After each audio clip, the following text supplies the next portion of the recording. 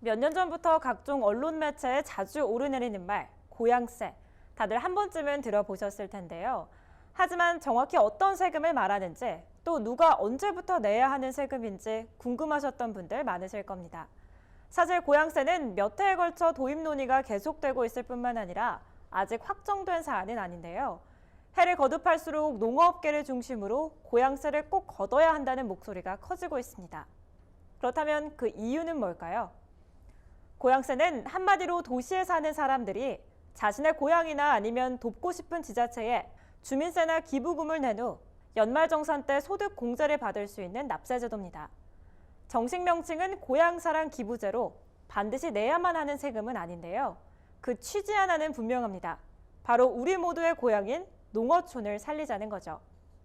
사실 농어촌이 힘들다는 건 하루 이틀의 얘기가 아니죠. 하지만 요즘 통계 수치를 보면 정말 암울합니다. 통계청에 따르면 전국에 있는 시군구 10곳 중 4곳은 턱없이 낮은 출산율 때문에 인구가 줄어들어 곧 사라질 위기에 놓여 있습니다.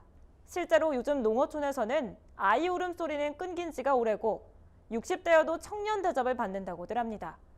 어르신들만 남아있어서 일할 사람이 없으니 지방자치단체들이 겪는 경제적 어려움도 상당합니다. 지방자치단체마다 공무원 월급줄 형편도 안 된다는 말이 나오고 있습니다. 실제로 지자체가 필요한 자금을 얼마나 자체 조달하고 있는지 이걸 나타내는 재정 자립도가 작년 기준 53.7%로 떨어졌고 또 대도시인 서울과 전남의 차이는 무려 4배 가까이 날 정도입니다. 이렇게 열악한 환경에 지방을 살리려면 일단 지자체의 예산부터 늘려야 하는 게 필수겠죠. 그래서 문재인 정부는 대선 당시부터 고양세 도입을 공약으로 내걸고 적극적으로 추진 중에 있습니다. 그런데 이쯤에서 고양세를 걷는다고 실제로 농어촌을 살릴 수 있을까?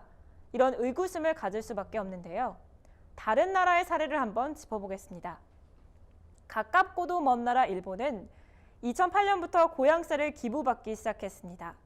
연간 7천만 원을 받는 직장인이 30만 원의 고양세를 납부하면 본인 부담금을 제외한 28만 원에 대해 소득세를 환급해주는 방식이죠.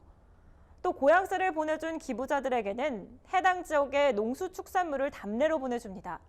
세금도 돌려받고 답례품까지 받으니 도시민들의 호응은 뜨거웠고 결과는 아주 성공적이었습니다. 특히 2년 전부터 아베 정부가 세액 공제 규모를 2배로 늘리면서 기부 액수가 급증했다고 하는데요.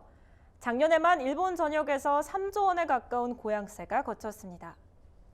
결과적으로 일본의 고양 납세 제도는 농어촌의 지자체 세수 확보는 물론이고 농수축산물의 소비를 늘렸을 뿐만 아니라 도농 간의 교류 확대, 또 농촌 일자리 창출까지 지역 경제 활성화에 아주 큰 효과를 낸 것이죠. 일본에서 큰 성공을 거둔 만큼 우리나라에서도 고양세 도입을 더 이상 미룰 수 없다는 목소리가 커지고 있습니다. 물론 반대 의견도 있죠. 고양세가 도입되면 지방자치단체와는 반대로 수도권 중심의 대도시의 세수는 줄어들 수도 있다는 건데요. 사실상 고양세 기부자에게 주어지는 세액공제의 90%를 중앙정부가 부담하기 때문에 이 또한 걱정한 일은 아니라고 봅니다.